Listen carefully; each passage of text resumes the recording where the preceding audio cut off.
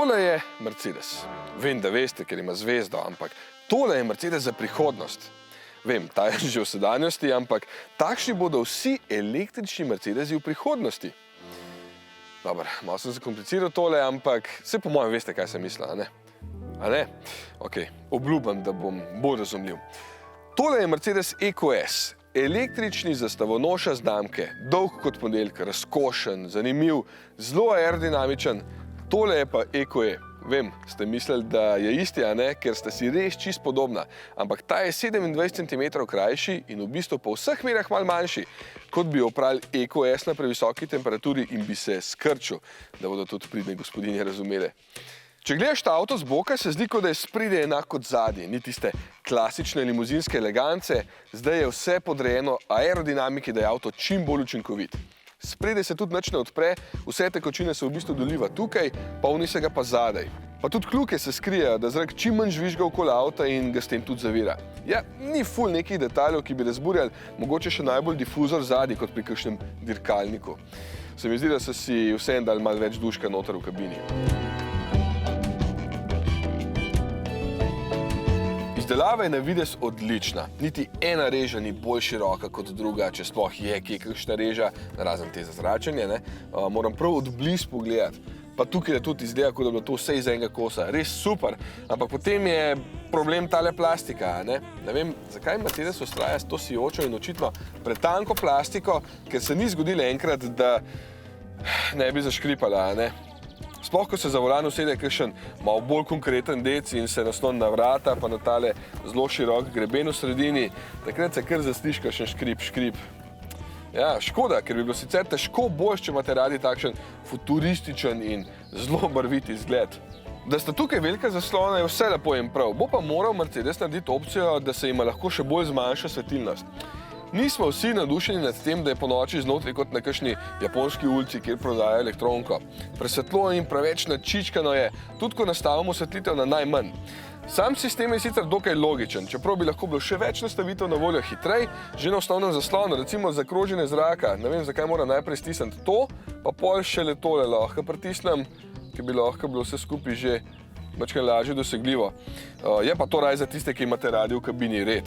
Mislim, res, ko zaprete tale pogrov, je vse tako lepo gladko in urejeno, če želite pa tudi precej bogato z vsemi odlagalnimi mesti. Prostor velik, itak. Ne bom rekel, da ga je ogromno, ker je to rezerviran za še večji EQS, s katerim si EQE v bistvu deli platformo. Pa tudi dizajn se vidi, da je to nova podoba prihodnjih Mercedesov. Spredaj sedim zelo razkošno in v dolžino je zelo veliko prostora tudi zadaj. Tukaj je že kar težko reči na klopi, ker sta taka lepa oblikovana sedeža. Je pa zanimivo, da je toliko malo prostora za glave potnika od zadaj. Pa seveda, da je prtljažnik za tako dolgo limuzino v resnici tako majhen, samo 430 litrov mer. Ok, gremo se peljati.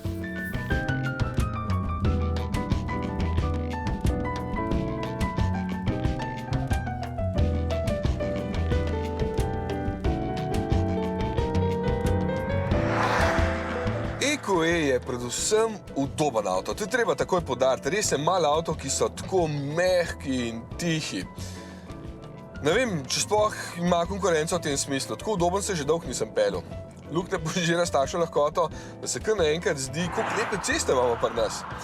Ja, in tukaj gre za hvala zračnemu vzmetenju, ki ga obvezno izberete, če želite uživati v takšnem udobju. Pri zvočnem doživetju pa poleg izolacije pomaga še sistem za odpravo šumov, da boste lahko vi uživali v tišini ali pa v svoji glasbi. Tudi zvočni sistem Burmester se tukaj odlično odreže. Kdor pravi, da je to užitek v vožnji, bo torej pri Mercedesu dobil največ. Kdor išče mašino za rezati ovinke, bo posebno moral pogledati kam drugam. Ok, dobrih 100 kg je lažje od 27 cm daljšega EQS, kar ni podatek, ob katerem bi mislili, da bo zdaj neka bistvena razlika, ampak se vseeno zdi po občutku majčkeno bolj lahkoten.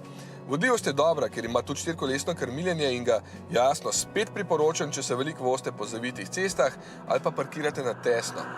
Tudi težišče je nizko, zato nimaš občutka, da bo kljub svoji veliki masi pobegnil naravnost iz ovinka.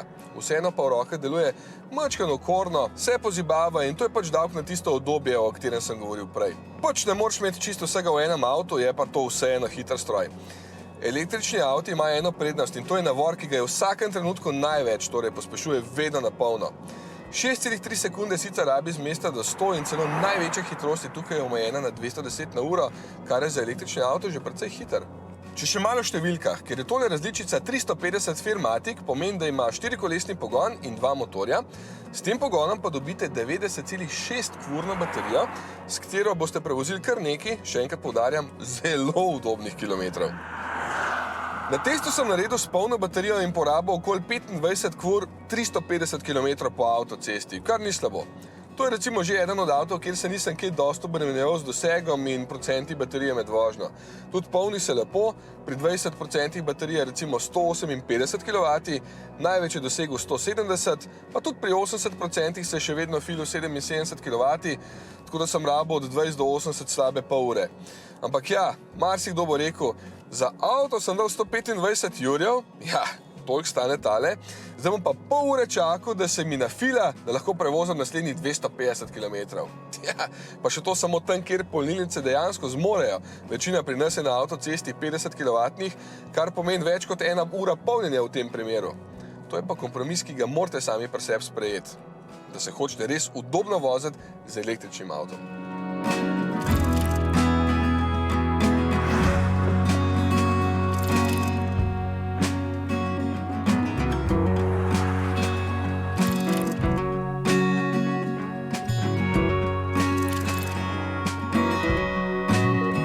Sem dolgo razmišljal, kaj bi lahko za zaključek rekel za tale EcoE. Po eni strani je to vse, kar si lahko danes zaželite od električnega avtomobila, torej futuristična, aerodinamična oblika, močan pogon, res izjemna tišina v kabini in skoraj gotovo najboljše udobje med konkurenco.